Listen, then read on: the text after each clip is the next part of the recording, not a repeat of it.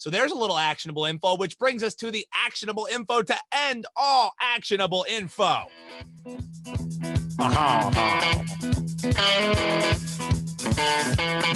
Beautiful cash considerations, listeners. It's time for one total, one side, and one prize. That's right. That's right. That's right. You know when you hear that song, it's money-making time on the Cash Considerations podcast. We all sweep the side. I end up pushing on my total, though I will say, like, there were 46.5s out there, so I gave it at 46. But if you pushed, you really weren't trying. Don't listen to what I say. Just listen to the thought and try and go get the better number. So you had the Gronk touchdown. So I guess I got to go first again. I had the Bills. I'll make it nice and as succinct as possible. I'm starting with the total. That 55 points, boys, in that Bills and Chiefs game is a shit ton of points.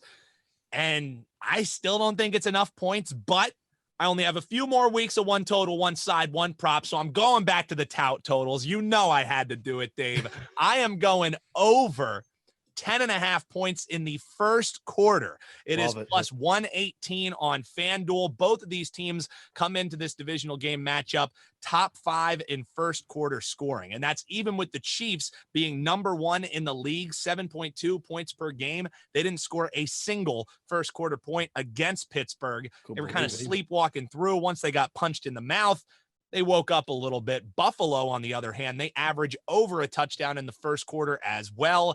And they have been rolling as of late. Over 12.7 first quarter points per game in their last 3. Give me the over in the first quarter. It's 10.5 on FanDuel, and it's some plus money. I bet you that changes by the kickoff of the game on Sunday. My side, I kind of alluded to it there. I'm riding it till the wheels come off. Give me the Bills plus the points, plus 2.5.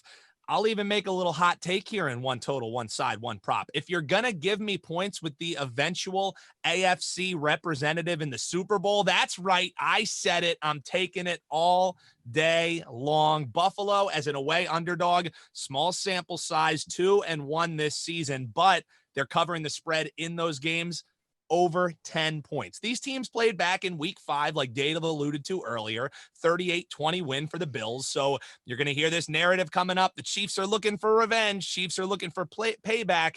Whatever that payback is gets trumped by a 38-24 defeat in the AFC Championship game. I don't think the Bills laid it on just to lay it on. I think they're trying to make a statement. McDermott is the one who's on the revenge tour.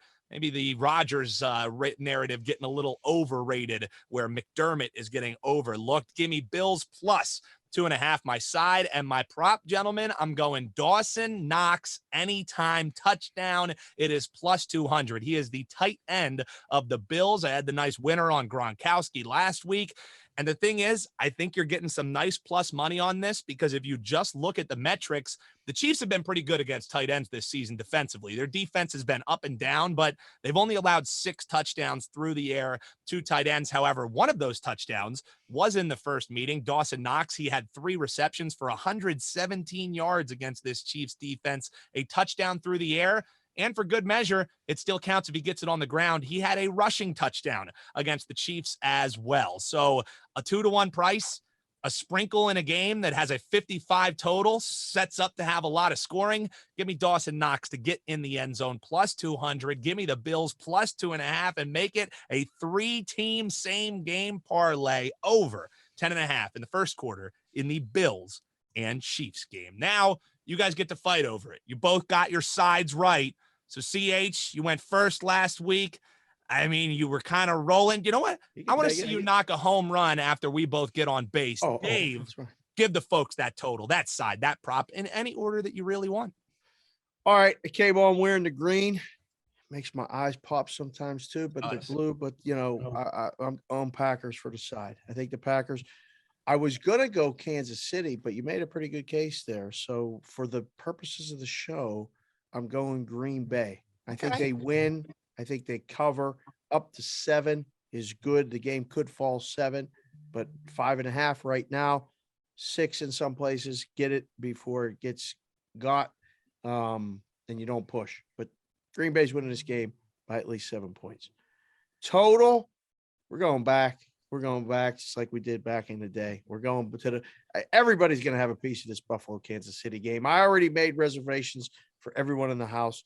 Do not make any plans for Sunday. It's 3:30 Pacific. We're doing what newbie does all season on Sundays. We're watching football. I'm not cooking. I ain't making no food. We're going to bring food in most likely, or we're going to have grandma or pap cook some shit on the grill. So I don't know what. I'm going over the total. All right. 55. I want to see it. I'm excited to see it. I think they're going to score. Both teams get in the 30s. I hope it's a shootout.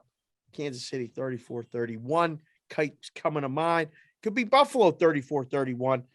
That's 65. The total is 55 over.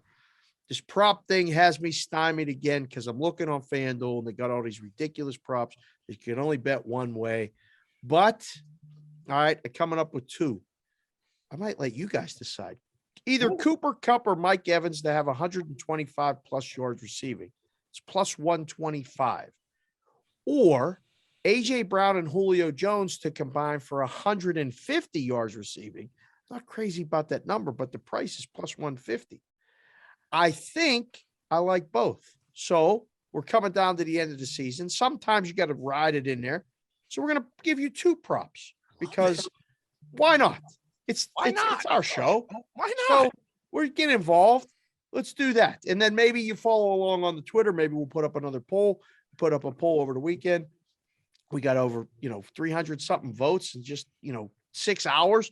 Came to me and I posted it. Maybe we'll think about it. Maybe trade a text or two between us on our thing. And we'll put it up with 2 days and see how many we can get votes on and different things like that. So that's my side. Green Bay, my total over in the Buffalo and Kansas City game.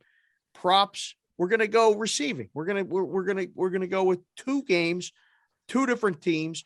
Cooper Kupp and Mike Evans in that game to have 125 yards receiving plus 125, and A.J. Brown and Julio Jones to combine for 150 yards receiving in Tennessee plus 150. Back to you, cousin Cooter. Boom. Well, thank you very much, David. I'm going to send it right from me right on back to my man, CH.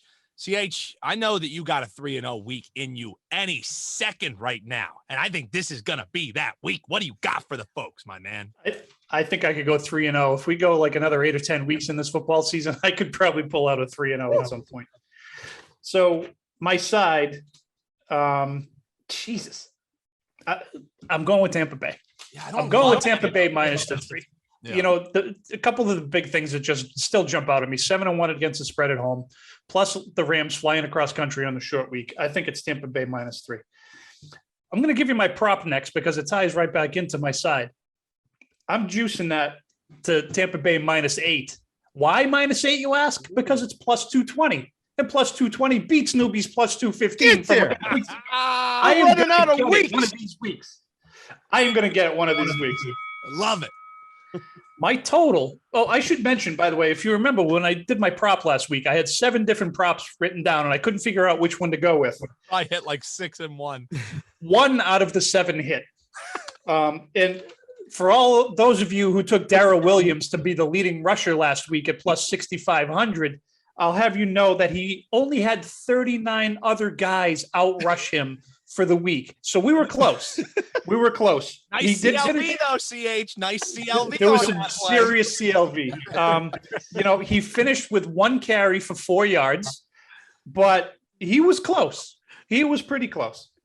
So yeah, bad week there. So my total for this week, since we're all on this game, I'm going with the Buffalo KC game too, but I honestly think this number's overinflated artificially. It is. Because one team won by 30 points, the other team won by 31. That's 51 combined margin of victory between those two teams. This number is 31 55. and 30, 31 and 30, 60. 31 and 20. Sorry, 31 and 20. Okay. All right.